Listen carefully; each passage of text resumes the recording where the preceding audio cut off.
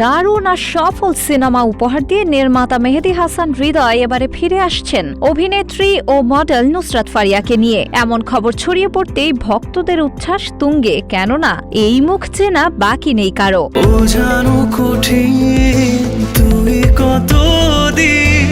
বরবাদ বানিয়ে দেশের সিনেমায় এক প্রকার ঝড়ই তুলেছিলেন নির্মাতা মেহেদী হাসান হৃদয়। এরপর সিয়াম আহমেদকে নিয়ে আরেক ঝড় রাক্ষস বানালেন। এবারে নুসরাত ফারিয়ার হাত ধরে নাম লেখালেন ওটিটিতে, পাচ্ছেন ইতিবাচক সাড়াও। প্রথমবারের মতো ওয়েব ফিল্ম বানাচ্ছেন এই নির্মাতা, যেখানে অভিনয় করবেন জনপ্রিয় অভিনেত্রী নুসরাত ফারিয়া। আর এর মধ্য দিয়ে অনেকদিন পর বড় পরিসরে অভিনয়ে ফিরবেন অভিনেত্রী। ছবিটির প্রাথমিক নাম লাপাত্তা। নির্মাতা হৃদয় নিজেই খবরটি জানিয়েছেন গণমাধ্যমকে।